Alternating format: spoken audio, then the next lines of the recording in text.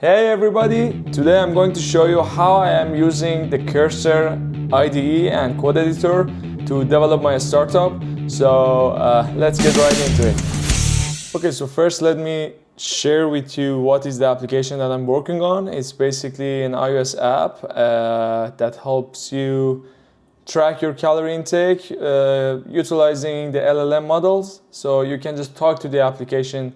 So how it works is that basically you just press this plus button and you can type, you can speak, or you can add an image.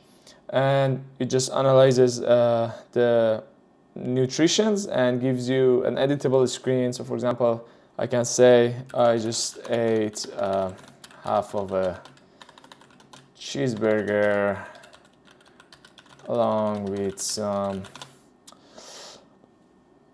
coca. No, let's say just some, for example, orange juice. And yeah, something like that. And basically it gives you the summary and you can add it right now. Not all the functionalities work, but yeah, you can see this is not final, but it's a work in progress. So right now I'm working on the onboarding process. I put it in the settings just to be easier to work with, but then I will move it. So users will see this the first time they are using the app. So let's just pick some numbers. I wish I was that tall. Okay. Yeah, just some numbers, doesn't matter.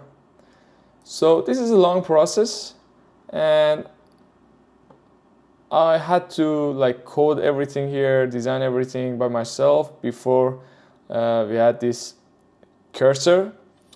I utilize ChatGPT and Claude a lot, but Cursor is something else. So right now my questions are in the onboarding data file.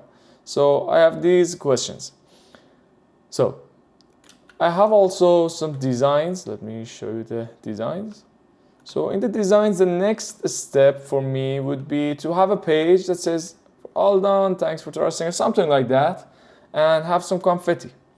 Okay, so let's just create this page with Cursor AI. Okay, let's open Command-Shift-I. We're gonna open the Composer view. I'm gonna start with @codebase. So basically it has a knowledge of all the project and reads all the files. And I'm gonna say add one onboarding question named all done. That's it for now. Let's see how it does. So basically when it has a good context of your project and you have already worked a lot on it, it's much easier. It's like the prompt for it would be easier. You can just be very high level at this. And you have to kind of interact with it as a really talented, very knowledgeable, but junior programmer. So I'm not saying that it cannot write code as good as a senior programmer, but all I'm saying that's the right mindset that you have to have with it, as I understood, because it makes a lot of mistakes. So you have to be there to check those codes that it writes, and sometimes it makes really stupid mistakes. So you kind of have to have that senior mindset that you are gonna review all the code it writes, and this is just like a help. But you see, it added these two files. It just in 2 seconds, it added the question, and as you can see, it also figured out what to put as the text for the title and subtitle.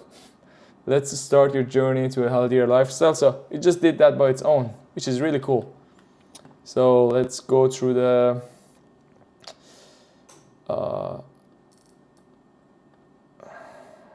onboarding flow and see. By the way, I added after the after 4 questions, I added all of those using the same flow. Just not designs and everything. I had to design them myself on Figma, but basically most of the code. Even adding this review question. even this view, I got a lot of help. So it just makes it a lot faster. So as you can see, it added this question. It's great. Now on my design, I thought that it would be cool to have some confetti here. When this question appears, I want to have some confetti. Starting from the top of the screen,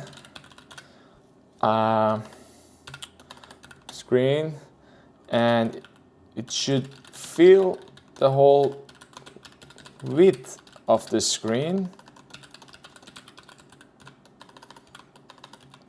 with animation and a lot of colors. Let's see. And it's a really good idea to, when you are happy with some of the code it writes, just try to add it to your Git. So basically, because right now I don't know, for example, I ask it to add the all done question. Then I ask a follow-up question, it goes and changes that code, but you don't have an access to the previous code, or maybe you have and I don't know where it is yet.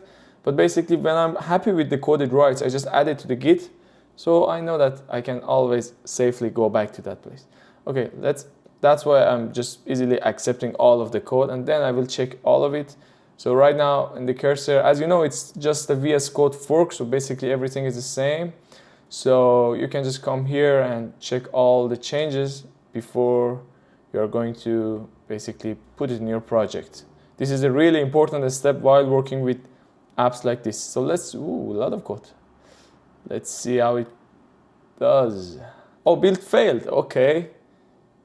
One of the fun things. Oh, actually, there's this problem as well, which I haven't figured out yet, but I'm sure there are ways to do that. So basically, when cursor adds a new file, Xcode doesn't recognize that, but I can see that where it is. So it's inside features, onboarding components. So I can just go and add it, but I'm sure there should be ways that make it just much easier. So basically this file is here, but it just doesn't recognize that. So I'm adding it inside components, reference files. That's it, done. Run again. I really hope it's beautiful. What? Okay, let's ask a follow-up question. Right now, you put a lot of generic logic inside the case that the question is all done, which is wrong. It is just another question. You're absolutely right. I know I am. Oh, you know, that's something wrong that I did here. So basically, when you are adding a question, you have the option to select chat or code base. Probably I selected chat because when you do that, it just makes the changes on that specific file. So you have to add the code base. So it has the whole context.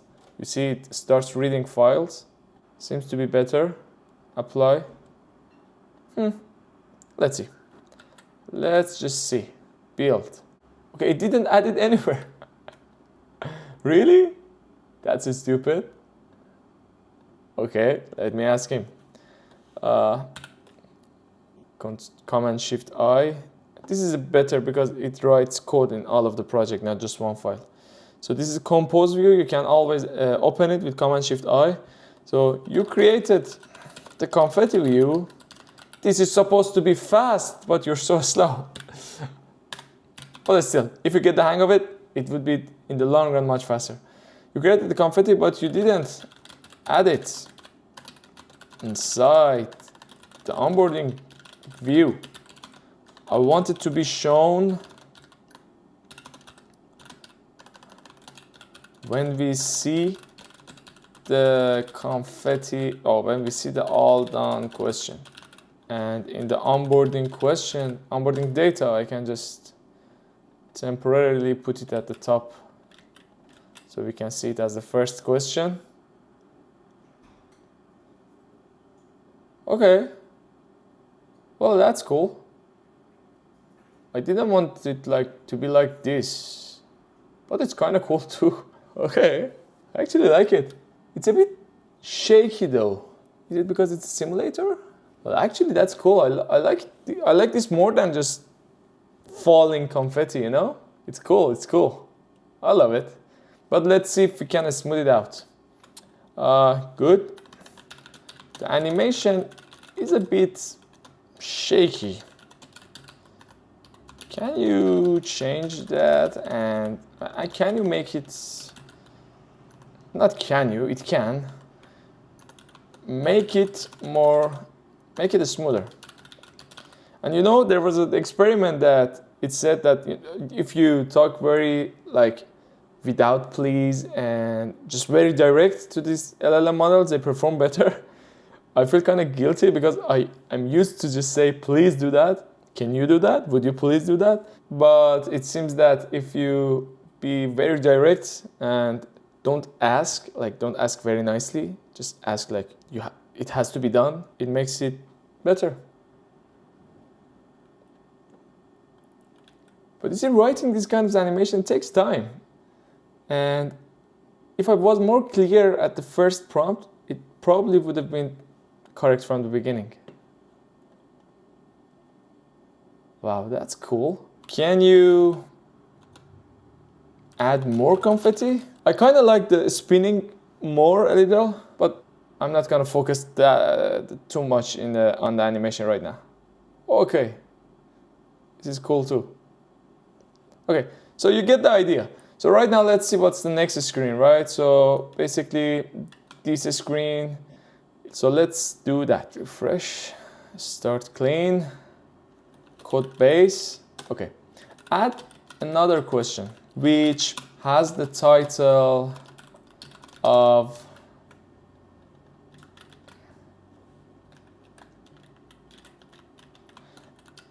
and below it there should be,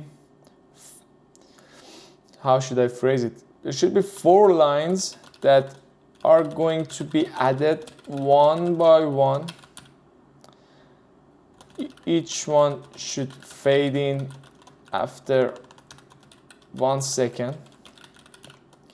It should show a spinning circle when it's being shown, and then after 1 second the next line should be shown with the same animation. Then it should turn to a check mark. Here are the lines. So if it could do that, I would be really surprised actually, because it's a very complicated prompt. It's not well written. It's like I'm actually just talking to another human, which probably has a lot of questions when I tell this, but let's see how it does. Okay, so as you can see, it's adding some new files, like loading setup view is a new file, so we have to add it manually to the Xcode projects. So yeah, this one, it's inside components. We have to add it ourselves. Components show in Finder. This is the file. Okay, reference file. So it knows. And let's see, where did it put it on the questions data? Okay, for now, let's just add it to the first one.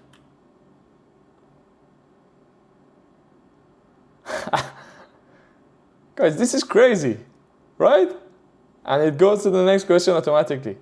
This is crazy that you can do this stuff just by talking. I mean, I kind of miss the enjoyment of coding, but you have to code. Don't worry, you have to code because it produces a lot of mistakes. But these kind of tasks that are kind of straightforward, it just makes it a lot faster. So now let's just see the whole onboarding flow. So these 2 changes, if I wasn't talking to camera or something like that, if I would be a little more prepared, it could just take like 10 minutes, and it's really crazy. And these are the tasks that probably we can do it fast as well, right? But these are just boring tasks. Like most of these mundane tasks, you know, that you just have to add something to existing flow, which is, it's not a new task. You just have to add like a question, exactly like this scenario. So you can just ask AI to do that, just review. It's like that you have your own assistant developer. It's just sitting beside you. It doesn't complain. It just does what you say. It reads a lot faster than you, so it reads all the documentations very fast. And it doesn't get upset when you say that, I think this is a mistake. It just fixes it. So this is a really great time for indie developers like us that we want to just create something for ourselves. And it's just a great time. With all of the other models in graphical area, like in the image generations, music generations, we can do all of these projects now by ourselves and a lot faster. Okay. Boom.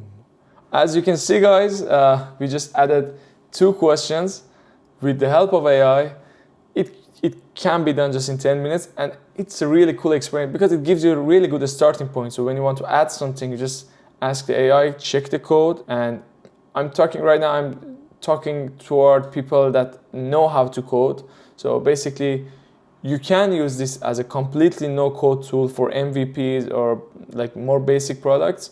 But I believe that when you know how to code and you know what's going on the project, this tool is extremely powerful because then you can just look at it as another developer that's helping you. Okay, my camera just got disconnected. But as I was saying, I think this is a great time for us to use these tools to create our own products, because right now we are more than one. So each one of us can do much more than one person. So it's gonna be a great journey, and I see you in the next video, which probably I will try to work with technologies that I haven't used before. Actually, I created a website last week without writing a line of code, and I didn't know what was going on, but still it produced a good result. So probably I'm gonna choose an idea and try to create a website or an Android app as an iOS developer, some technology that I haven't used before, and it's gonna be amazing. So see you in the next one.